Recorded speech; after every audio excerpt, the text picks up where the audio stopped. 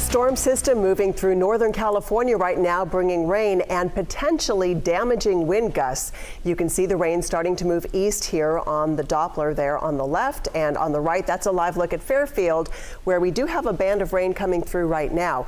Now, the rain overall not expected to be a problem, but the wind could cause power outages and down trees. And that's as some communities have been without electricity since the storm that came through on New Year's Eve. Our team of meteorologists have been updating you on this storm system for the past several days now. They've been on it. We have team coverage across the area in Sacramento, Yolo, and San Joaquin counties, highlighting storm preparations, the response from counties and the state, and the active cleanup efforts from this weekend system. So first, we want to get right to our chief meteorologist, Mark Finan. What are you seeing in terms of that wind right now? Yeah, it's starting to rock out there with winds of 35 to 40 miles an hour, getting those gusts, seeing a couple of trees down here and there. We'll likely see more of that over about the next 6 to 8 hours.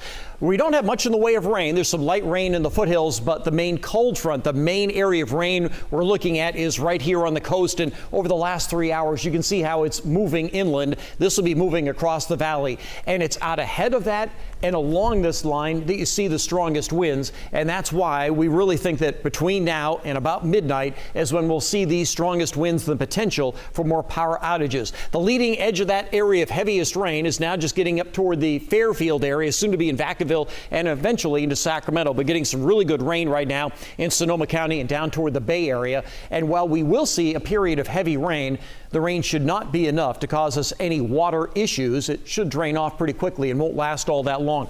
These are the wind gusts we're seeing right now at Executive Airport. Now a gust of 40, 44 in Stockton, 39 in Placerville. We'll continue to see wind gusts in this range, if not stronger, as we go through the next few hours. Because of that, tonight it is a weather alert time for the strong winds, gusts of 40 to 50, and the potential for power outages and trees down. And again, the worst of it is probably for about the next 6 to 8 hours. Back to you. All right, Mark, thank you.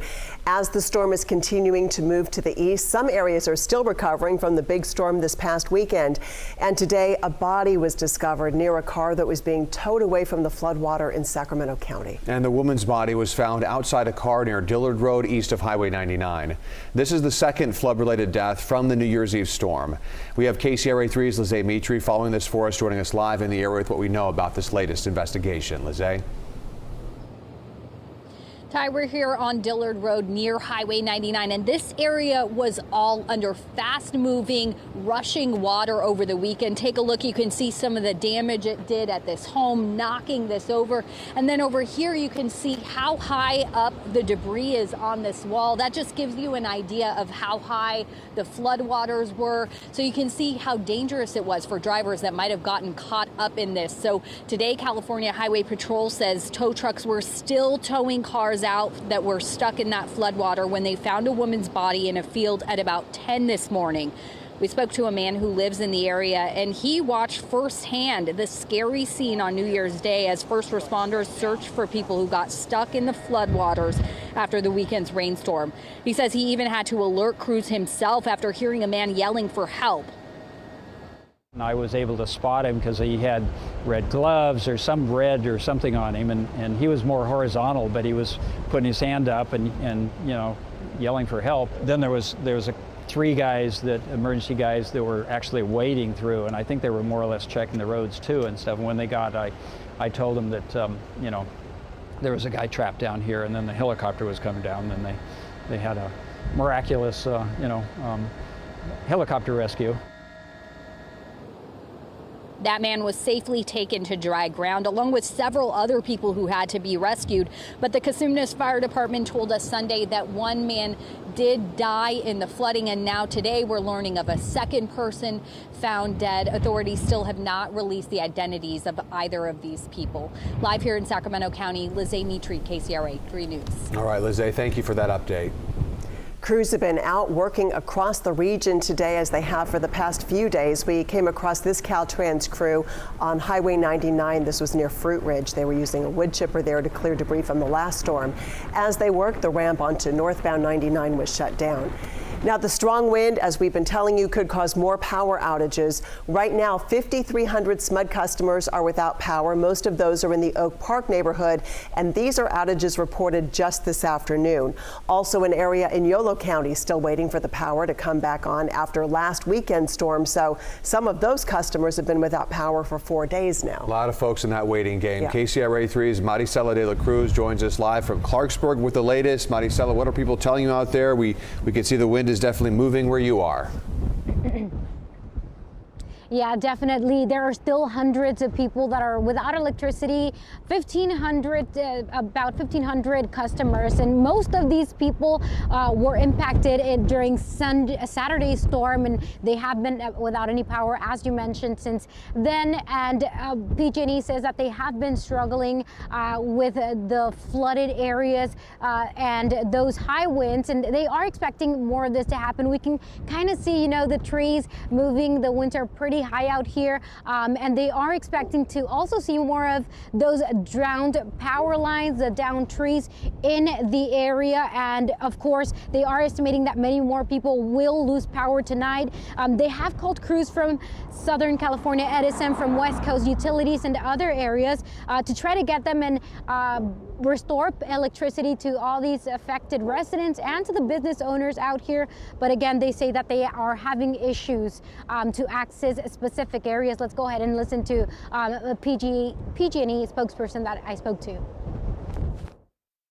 We've provided temporary generation to the water district so they can use their pumps to alleviate some of the flooding that's going on. So our approach is not just to repair the downed power lines and poles, but also to work with the community. And of course, we want to give them good information. And PG&E says that they will be setting up tomorrow at the Clarksburg Fire Department from 9 a.m. to 2 p.m. to answer any questions from all the impacted residents. Again, about 1,500. That's down from about 2,000 earlier today. So they're going to be answering the questions, and also we're going to have a charging station so that people can take their tablets, their iPhones, anything to charge their electronics. And as I mentioned, again, here we are seeing pretty high winds, and a few moments ago we even saw some sprinkles. But for all of that information, we'll go ahead and let Mark explain that. We're live in Clarksburg. Maricela de la Cruz, KCRA 3 News. And Maricela, it's going to turn into a steadier rain later on tonight, but we're focusing on that wind. And as I mentioned earlier, it's about now and for about the next 6 to 8 hours that we are expecting the strongest winds, and we will see gusts in that 40 to 50 range, and that's when we get into the issues with power outages. These are the sustained winds that we have right now. A sustained wind at 32 at the Stockton Airport, 22 in Sacramento, 29 in Yuba City. But it's those gusts that we're talking about. So let me show you the gusts that we're seeing right now. 40 miles an hour in Sacramento, 38 in Yuba City, 44 in Stockton. So when you start seeing gusts in that range is when we start seeing problems with trees and power lines. 40 is about that boundary that we look for. When we start seeing that over that, that's when you start seeing bigger issues. A 20 to 30 mile an hour wind just kind of shakes the trees around. 30 to 40 gets a little bit closer, but when the gusts start going 40 to 50, that's when trees can go down. They fall on power lines, or power poles themselves can come down. And that's the kind of wind range that we're looking at throughout the night tonight, but not during the day tomorrow. Back to you. All right, Mark, thank you. We have some breaking news right now. Communities in Santa Barbara County are now evacuated ahead of the storm system. The sheriff says the orders are for those impacted by 3 wildfires in the Montecito area, which is just down the coast from Santa Barbara. Those fires burned thousands of acres during the past 6 years. Homes near waterways are at the greatest risk for mudslides. And of course, this is the same area where a big mudslide killed 23 people back in 2018. Governor Newsom has proclaimed a state of emergency ahead of this storm. KCRA 3's Capitol correspondent Ashley Zavala is at the State Operations Center. That's where the declaration was made this morning. So, Ashley, what's happening there right now? Well, Edie and Ty, here at the State Operations Center, a lot of preparation and coordination is underway to make sure communities across California have what they need. And part of that preparation was Governor Gavin Newsom signing off on that emergency declaration, which essentially cuts state regulations to help the state easier and faster respond to this storm system coming through. So, for example, it allows the California National Guard to help with disaster response. It requests Caltrans to request help from the federal government for any roadway repairs that are needed. And plus, it provides support for cities, counties, and tribal communities communities just with the storm system coming through. So just within the last hour, a Swiftwater rescue crew stopped by the State Operations Center to be pre-positioned in El Dorado Hills. This is an example of some of the coordination of resources underway here to make sure vulnerable parts of the state are prepared. State emergency management officials say they're keeping an eye on flooding conditions, roads, and power ahead of the storm. The director of the state's Department of Water Resources explained which parts of Northern California are at risk. I think the most vulnerable places in California right now are rural levees. They are not required to meet the same standards as the levees that protect our more urban communities. When we have these kinds of systems, it's very easy for smaller communities to get overwhelmed. And I think the best thing that we can all do, and what we think about when we think about flood protection, is you can't protect against everything. You need to, the flood response strategy to keeping people safe are the levees, but it's also human behavior. Now, state leaders expect this storm to be one of the most challenging to respond to within the last 5 years. Reporting live here in Mather, Ashley Zavala, KCRA 3 News. Ashley, thank you. And Representative Josh Harder says the state of emergency can have a big impact on people dealing with these storms.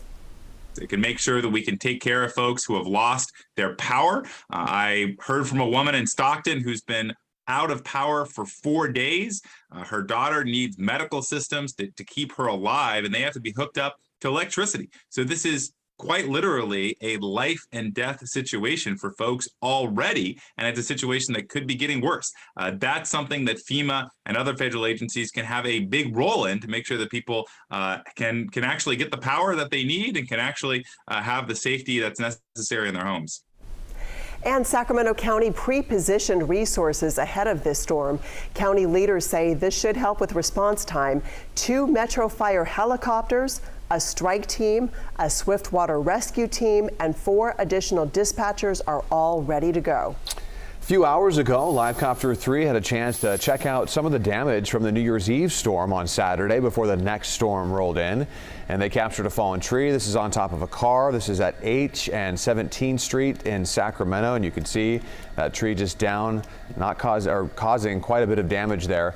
Let's move on to Land Park. Livecopter 3 captured several trees that fell during the last storm. Trees uprooted, branches scattered on the ground. We saw a crew out there assessing the damage.